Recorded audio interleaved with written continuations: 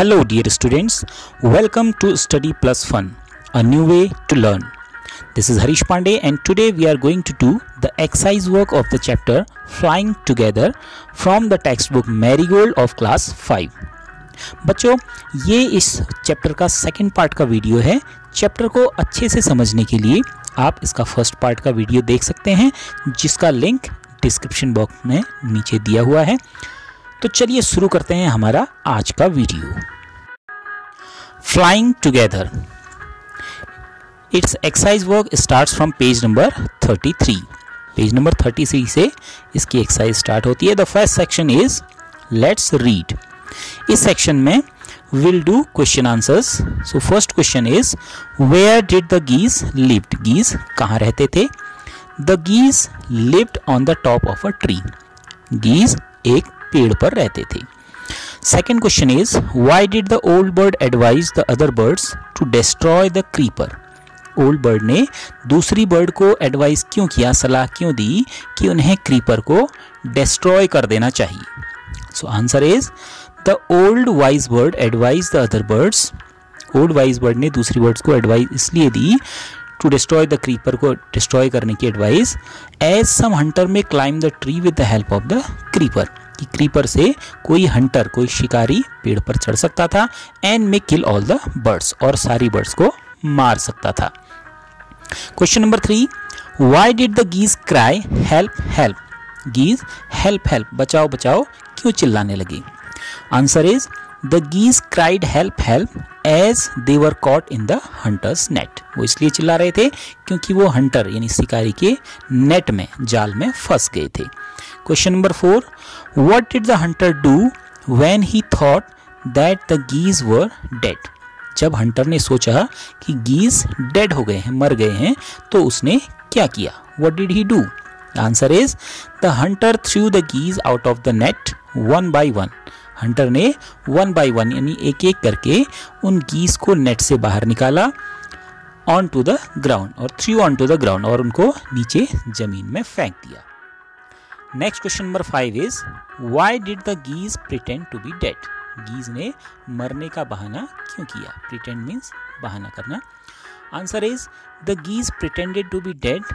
उन्होंने मरने का बहाना इसलिए किया as the hunter would not harm the dead birds, जिससे कि हंटर मरी हुई बर्ड्स को कोई नुकसान ना पहुंचाए, and would throw them on the ground, और उनको नीचे ग्राउंड में फेंक दे. Question number 6, describe one incident when you got into trouble because you did not do your work on time. आपको एक इंसिडेंट, एक कोई घटना के बारे में बताना है जब आप किसी परेशानी में फंस गए थे क्योंकि आपने अपना काम समय से नहीं किया था. तो ये क्वेश्चन आपने खुद करना है, आपने खुद सोचना है कि कभी कोई ऐसी घटना क्या आपके साथ हुई और उसके बारे में आपने लिखना है. नेक्स्ट आफ्टर दैट अगला क्वेश्चन है state whether the following statements are true और फॉल्स. यहाँ पर कुछ स्टेटमेंट दिए हुए हैं, सेंटेंस दिए हुए हैं, और बताना है कि ये स्टेटमेंट सही है या गलत है अकॉर्डिंग टू स्टोरी. स्टोरी में जैसा आपने पढ़ा था उसके according. First statement is the tree was the house of a flock of parrots. जो पेड़ था उसमें पैरट्स का एक झुंड रहता था, यानी कि तोतों का झुंड रहता था.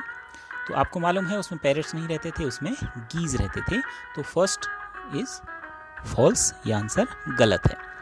क्वेश्चन नंबर 2 हम देखेंगे the wise old bird wanted the creeper to be destroyed.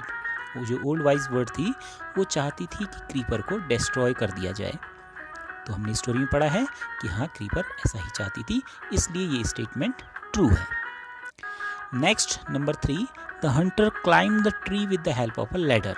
जो हंटर था वो पेड़ पर एक लैडर यानी सीढ़ी के सहारे चढ़ा था. नहीं, गलत है क्योंकि वो क्रीपर के सहारे चढ़ा था, इसलिए स्टेटमेंट नंबर 3 फॉल्स है. Question number 4, when caught in the net the foolish birds began to weep. Net में पकड़े जाने के बाद जो फुलिश बर्ड्स थी वो उन्होंने रोना चिल्लाना शुरू कर दिया. तो ये सही है, उन्होंने सच में रोना चिल्लाना शुरू कर दिया था. तो नंबर 4 जो है वो स्टेटमेंट ट्रू है. और number 5, the wise old bird had them to escape. Escape यानी बचना. तो बचने में उन बर्ड्स की मदद ओल्ड वाइज बर्ड ने की थी. तो सही है, ओल्ड वाइज बर्ड ने उनको सलाह दी थी कि सब के सब जो है ऐसा बहाना करो कि मरे हुए हों, तो ये स्टेटमेंट भी ट्रू है। तो ये यहाँ पर लिखी हुई है, first statement false, second true, फिर फॉल्स, ट्रू और फिर ट्रू। नेक्स्ट उसके बाद पेज नंबर 34 में जो हमारा नेक्स्ट सेक्शन है, लेट्स लिसन, आओ सुने। तो यहाँ पर एक पैराग्राफ दिया हुआ है, the ant and the dove. एक स्टोरी है छोटी सी, इसको हम जल्दी जल्दी पढ़ते हैं। On his way home an ant saw sparkling fountain. एक आंट यानी चींटी जब अपने घर को जा रही थी तो रास्ते में उसे एक पानी का फव्वारा दिखा, फाउंटेन दिखा। He crawled on to its wall to take a closer look. वो उसको और ध्यान से देखने के लिए उसकी दीवार पर चढ़ गई। Suddenly he slipped and fail into the water. अचानक वो स्लिप हुई, फिसल गई और नीचे पानी में गिर गई। He gurgled and panicked and waved his legs in the air. वो घबरा गई और परेशानी के कारण अपने हाथ पैर हवा में हिला के चिल्लाने लगी, हेल्प आई कांट स्विम। बचाओ, मैं तैर नहीं सकती। ही क्राइड, वह चिल्लाई। Luckily just at that moment a friendly Dove flu by. सौभाग्य से उसी समय एक फ्रेंडली डव, एक चिड़िया, डव एक चिड़िया होती है, वहाँ से उड़ रही थी। She saw that the tiny ant was drowning. उसने देखा कि छोटी सी चींटी डूब रही है। And quickly flew to a nearby tree. वो जल्दी से उड़ के पास के ही एक पेड़ में गई। She pulled off a leaf. उसने एक पत्ता तोड़ा। And let it glide down to the ant. और उसको आंट के पास में नीचे उतार दिया। Here you are, she cooed. वो उसने कहा कि ये तुम्हारे लिए है, यानी कि नाव की तरह इसको यूज़ कर सकते हो। एंड फ्लू अवे, और वह उड़ गई। तो ये पैराग्राफ हमने देखा। इसके आधार पर based on this paragraph there are some questions. The first question is, why do you think the dove help the ant? आप क्यों सोचते हैं कि डव ने उस आंट की हेल्प क्यों की? The dove help the ant because it was very kind. इसलिए हेल्प की क्योंकि वो बहुत काइंड थी, यानी दयालु थी। Second question, how do you think the ant felt on finding the leaf? आप क्या सोचते हैं कि उस लीफ यानी पत्ते को पाने के बाद आंट ने कैसा महसूस किया होगा? The ant felt relieved on finding the leaf. तो पत्ता मिलने के बाद आंट ने रिलीफ यानी राहत महसूस की होगी कि अब मैं बच जाऊंगी। Next is, have you ever been in trouble like the ant? जैसे आंट एक ट्रबल में, परेशानी में फंस गई थी, क्या आप भी कभी ऐसे किसी परेशानी में फंसे हैं? Did anyone help you? और क्या किसी ने आपकी हेल्प की? तो यहाँ पर एक आंसर ये सिंपली दिया हुआ है।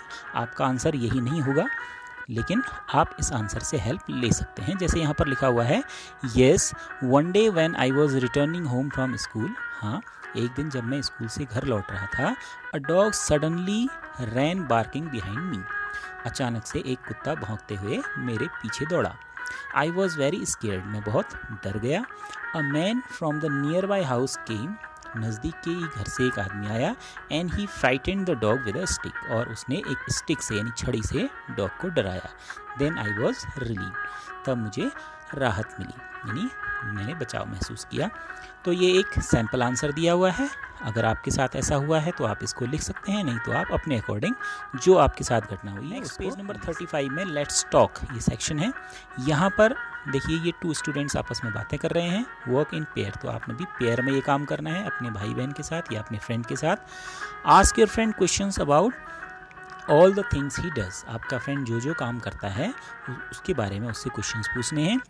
Use question words such as where, what, how, who, when, why.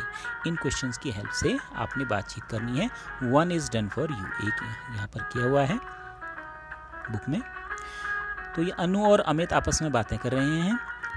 आपने किस तरह से करना है कि अनु आंसर दे रही है, आपने उसके लिए क्वेश्चन फ्रेम करना है, क्वेश्चन बनाना है। अनु ने कहा I watch TV in the evening, ये आंसर है, इसका आपने क्वेश्चन बनाना है। तो क्वेश्चन क्या बनेगा? When do you watch TV, आप टीवी कब देखते हो? अनु ने आंसर दिया आई प्ले गेम्स, मैं गेम्स खेलती हूँ। तो इसका क्वेश्चन क्या बनेगा कि आप क्या खेलते हो? What do you play? Anu ने आंसर दिया आई कलेक्ट स्टैम्प्स, मैं स्टैम्प यानी टिकट इकट्ठा करती हूँ। इसका क्वेश्चन क्या बनेगा कि आप क्या इकट्ठा करते हो? What do you collect? Anu ने आंसर दिया I play in the ground, मैं ग्राउंड में खेलती हूँ, ज़मीन में खेलती हूँ। तो इसका क्वेश्चन क्या बनेगा कि आप कहाँ खेलते हो, where do you play. Next है अनु ने आंसर दिया on Sunday I go shopping, Sunday को मैं शॉपिंग पर जाती हूँ। तो इसका क्वेश्चन क्या बनेगा कि आप शॉपिंग पर कब जाते हो, when do you go for shopping. तो इस तरह से आपने जो आंसर दिए हैं उनके लिए क्वेश्चंस फ्रेम करने हैं। नेक्स्ट है question number 2, answer these questions about yourself. ये जो क्वेश्चंस हैं इनका आंसर अपने बारे में देना है। जैसे फर्स्ट क्वेश्चन है व्हाट इज़ योर नेम, आपका नाम क्या है, आप लिखेंगे माई नेम इज़, जो भी आपका नाम है यहाँ पर नाम लिख देंगे। What languages do you speak, आप कौन कौन सी लैंग्वेजेस यानी कौन सी भाषाएं बोलते हैं। I speak Hindi and English, मैं हिंदी और इंग्लिश बोलता हूँ, या इसके अलावा भी आप कोई भाषा बोल सकते हैं तो वो लिख सकते हैं। हाउ ओल्ड आर यू, आप कितने साल के हैं। I am dash years old, मैं इतने साल का हूँ। तो यहाँ पर 9, 10, 11 जितने भी ईयर्स के आप हैं वो इस ब्लैंक में लिख देंगे। नेक्स्ट क्वेश्चन है which is your favourite food, आपका सबसे पसंदीदा खाना क्या है, भोजन क्या है। My favourite food is dash, मेरा सबसे पसंदीदा भोजन ये है। जैसे यहाँ खीर, हलवा, पनीर, पास्ता, डोसा लिखा हुआ है, इनमें से या इनके अलावा भी जो भी आपका फेवरेट फूड है वो यहाँ पर आप लिख देंगे। नेक्स्ट क्वेश्चन है where did you go yesterday, आप कल कहाँ गए थे। तो इसका answer yesterday I went to dash, कल मैं यहाँ गया था, जहाँ भी गया था वो आपने यहाँ पर लिख देना है। जैसे कुछ यहाँ पर लिखे हुए हैं market, school, my friends home, तो इनमें से अगर आप कहीं गए हैं तो वो लिख सकते हैं, नहीं तो कोई दूसरी जगह लिख सकते हैं जहाँ कि आप कल गए थे। और लास्ट क्वेश्चन है which country do you belong to, आप कौन सी कंट्री से बिलोंग करते हो। आई बिलोंग टू इंडिया, मैं इंडिया से बिलोंग करता हूँ यानी इंडिया में रहता हूँ। नेक्स्ट है when do you go to sleep, आप कितने बजे सोते हो। I go to sleep at dash o'clock, मैं 9, 10, 11 जितने बजे भी सोते हैं आप यहाँ ब्लैंक में लिख देंगे। I go to sleep at 9 o'clock या 10 o'clock या 11 o'clock, जो भी है। और लास्ट क्वेश्चन इसका है why do you drink milk, आप मिल्क यानी दूध क्यों पीते हैं। तो आंसर है I drink milk to become strong and healthy, मैं स्ट्रॉन्ग और हेल्दी बनने के लिए दूध पीता हूँ। आपका कोई दूसरा आंसर भी हो सकता है, आई लाइक मिल्क या मिल्क इज़ वेरी टेस्टी, इस तरह से भी आप। नेक्स्ट क्वेश्चन है इन ग्रुप्स ऑफ 5 यानी 5-5 के ग्रुप में discuss what would you do if you were caught in the following situations. नीचे कुछ सिचुएशन दे रखी हैं, कंडीशन दे रखी हैं, अगर आप ऐसी सिचुएशन में फंस जाते हैं तो आप क्या करेंगे, ये डिस्कस करके बताना है। फर्स्ट है your friend falls in the play field and is hurt, play field यानी खेल के मैदान में आपका फ्रेंड गिर गया है और उसको चोट लग गई है, तो आप क्या करेंगे। I would take him or her to sick room and inform my teachers, मैं उसे सिक रूम में यानी बीमारों वाले कमरे में ले जाऊंगा और अपने टीचर्स को इन्फॉर्म करूंगा। तो ये आंसर हो सकता है, या आप कुछ और करेंगे तो आप वो भी लिख सकते हैं। नेक्स्ट है you are trapped in a fire, आप कहीं आग लगी हुई है और उसमें आप फंस गए हैं, ट्रैप हो गए हैं। I would shout for help, मैं हेल्प के लिए चिल्लाऊंगा। And will try to get out of it, और इससे बाहर निकलने की कोशिश करूंगा। और नेक्स्ट है you are stuck in a traffic jam, आप किसी ट्रैफिक जाम में फंस गए हैं, तब आप क्या करेंगे। I would inform my parents, अपने पेरेंट्स को इन्फॉर्म करूंगा या टीचर्स को इन्फॉर्म करूंगा जहाँ भी जा रहा हूँ। And wait till the jam gets over, और जब तक जाम हट नहीं जाता है तब तक वेट करूंगा। नेक्स्ट जो क्वेश्चन है पेज नंबर 36 में, और सेक्शन का नाम है लेट्स राइट, आओ लिखें। तो यहाँ पर देखिए ये कुछ क्लाउड्स नीचे बने हुए हैं, बादल बने हुए हैं, और यहाँ पर लिखा हुआ है the words in the clouds describe something और समवन इन द स्टोरी, यानी इनमें जो वर्ड्स लिखे हुए हैं, जो शब्द लिखे हैं, वो हमारी स्टोरी में से किसी के बारे में बता रहे हैं।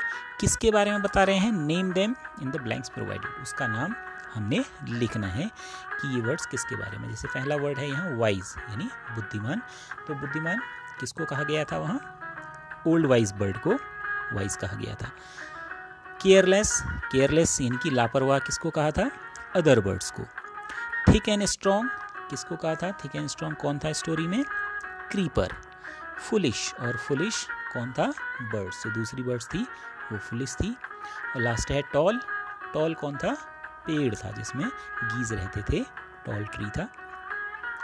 साथ ही आपको क्या करना है, make sentence of your own with the words given in the clouds. Clouds में जो वर्ड्स दिए हैं उनसे आपने अपने सेंटेंस भी बनाने हैं। सेंटेंस स्टोरी के नहीं होने चाहिए, आपके अपने होने चाहिए।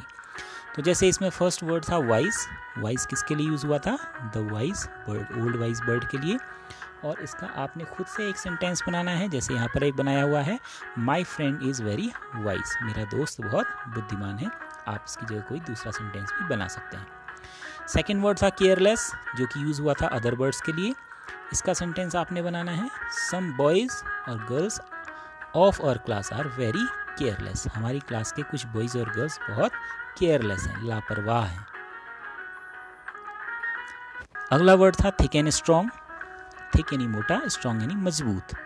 कहानी में क्रीपर के लिए ये वर्ड यूज़ हुआ था।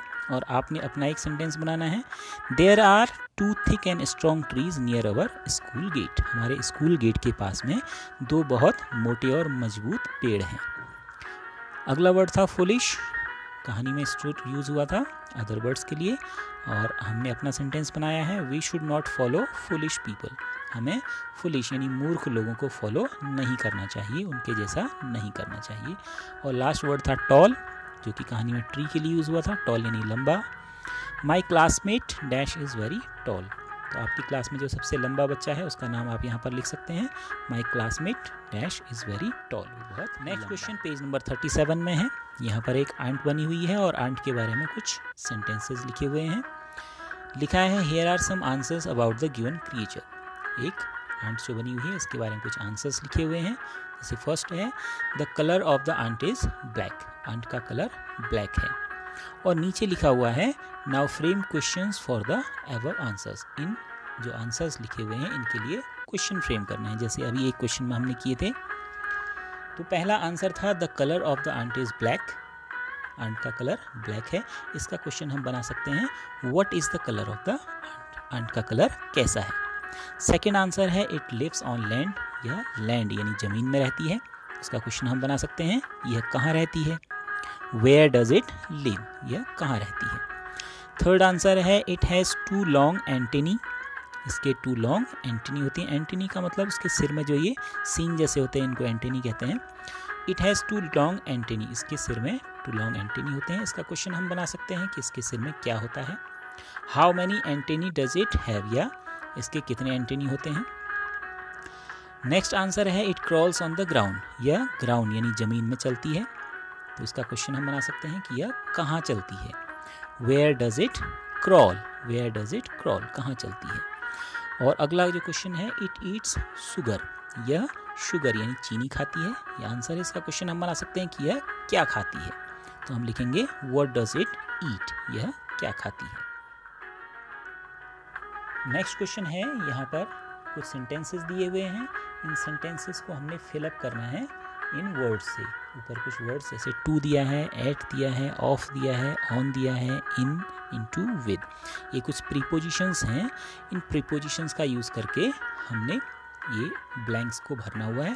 पहला जो ब्लैंक है वो भरा हुआ है, this tree was the home of a flock of wild geese, यहाँ पर ऑफ भरा हुआ है, यानी कि ये पेड़ जो है वाइल्ड गीज का घर था। बाकी के हमने जो ब्लैंक्स हैं ये खुद भरने हैं। तो ये हम यहाँ पर देखेंगे नीचे, ये हमने भरे हुए हैं। फर्स्ट में ऑफ का यूज़ हुआ था।